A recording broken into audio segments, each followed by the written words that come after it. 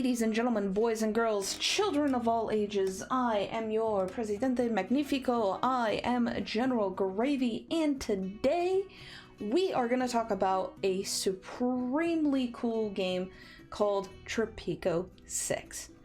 Now, Tropico 6 is actually the latest installment in the lineage of the Tropico series.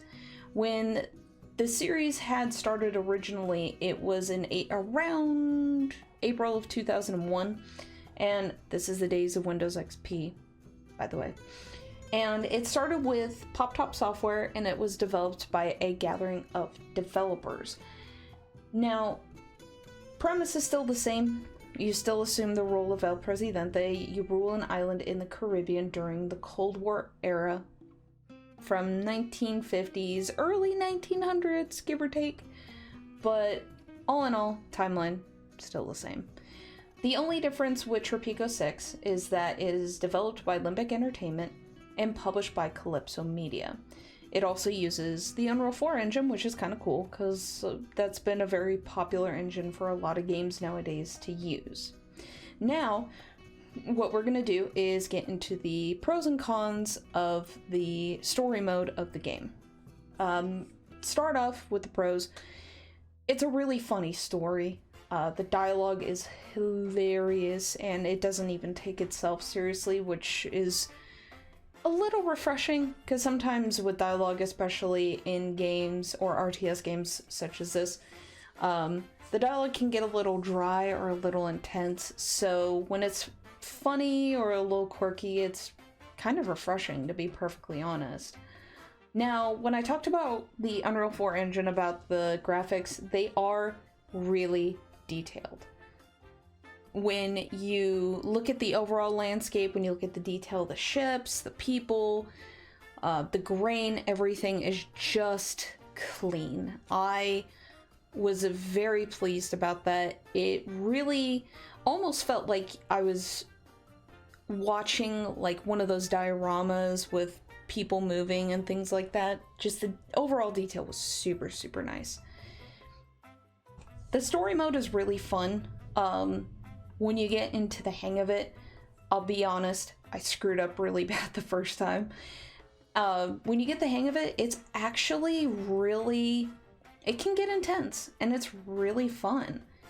There's, you know, of course, little ways to get through the stuff, and once you get into the later stages of your timeline as El Presidente, you can see how everything changes and how it's just like one more thing to add to the series.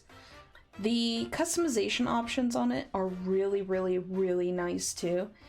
I like to be able to essentially project myself into a situation like this, because it just it connects me more, you know, like it really puts me in the moment. Now, something else I talk about a lot, and especially in my previous videos, I really have a soft spot for games that are streamer friendly. Now, this game has an option for streamer safe music, which is really cool, because a lot of times there's not a particular royalty free music that kind of matches up, or something just goes wrong and you get a copyright or whatever. Anyway, it's a really nice feature. I really, really appreciate the fact that they make it streamer friendly.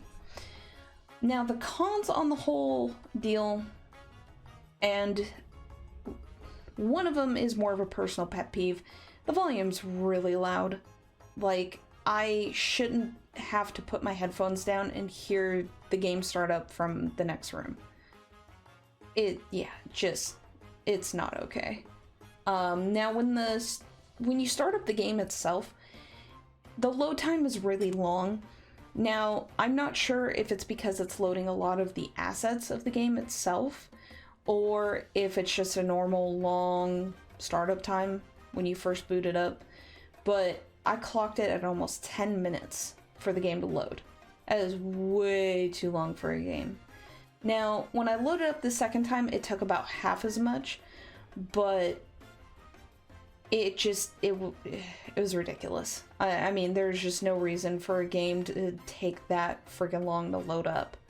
Now, the next thing, excuse me, is the music gets repetitive.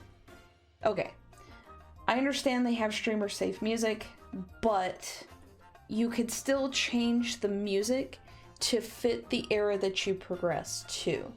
So for the colonial era music, Cold War era music, so on and so forth as you progress up through your timeline. That I wouldn't have been so annoyed with, but it's just when you have the same 3 to 4-ish songs on repeat, it's a little obnoxious. Now, the other thing was the random angles for buildings. I don't see the need for it. Everything has to have a specific neat feature, and with the way that you could place a lot of the buildings and the way a lot of the roads end up curving to fit the landscape, it's just unnecessary. Like, the buildings are going to be placed either way we slice it. So, other than that, the only other thing, and I didn't encounter this personally, but I saw this on the Steam page itself, there were some missions that people were reporting game-breaking bugs. I found at least 3 reviews altogether where people had stated which mission they were on and which, bug was reported. All in all, I really enjoyed the storyline with Tropico. I'm a little miffed, well, not necessarily miffed, but it's a bit of an issue with the game-breaking bugs. Now, I don't know if it's been patched yet, but I really hope that they can track those particular bugs down and fix it, because not only with software, but just with games in general, that can turn away a lot of people, because people don't want to spend 40, 50, 60 bucks on a game that just dies outright. So I really hope that Limbic can actually track it down and fix it. Now, for the online portion of the game, I had also done some research into it, and people were reporting issues with save state files. When I got onto the online mode, and I'll put this in context, this was around 4:30, 5 o'clock in the morning Central Standard Time. There were no live games at all. Like, I waited the better part of an hour and there were no games, period.